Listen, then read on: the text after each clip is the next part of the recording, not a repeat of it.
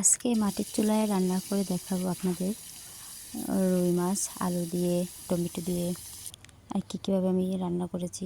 তো চলেন দেখে আসি। আমি এখানে সব সবজিগুলো কেটে ধুয়ে রেখেছি।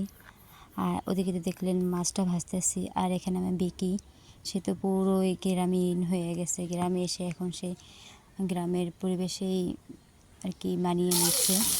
মাছগুলো এখন আমি ভেজে উঠিয়ে নিয়েছি। এখন এই তেলের ভিতরে আমি কেটে ধুয়ে রাখা সবজিগুলো দিয়ে কিছুক্ষণ ভেজে নেব। গ্রামে আসলে আসলেই আমার ভালো লাগে, গ্রামের মাটির চুলায় রান্না করে খাওয়াটাই। এখন আবারও আমি একটু তেল দিয়ে দিয়েছি। এখন এর ভিতরে সামান্য পরিমাণে পেস্টটা দিয়ে ভেজে নেব।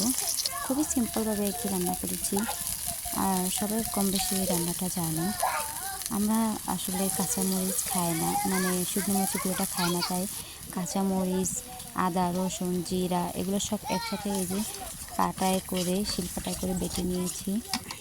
আর শিলপাটায় করে তরতাজা মশলা বেটে খাওয়াটার স্বাদই একটু অন্যরকম।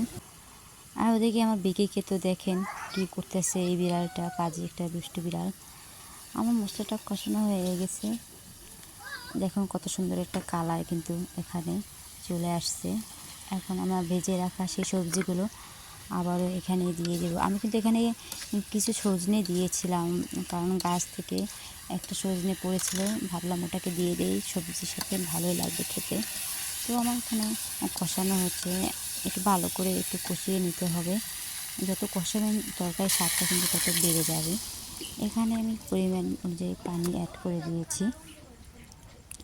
পানিটা দেওয়া হয়ে গেলে এখন এর ভিতরে আমি এক এক করে সব মাছগুলো দিয়ে দিব।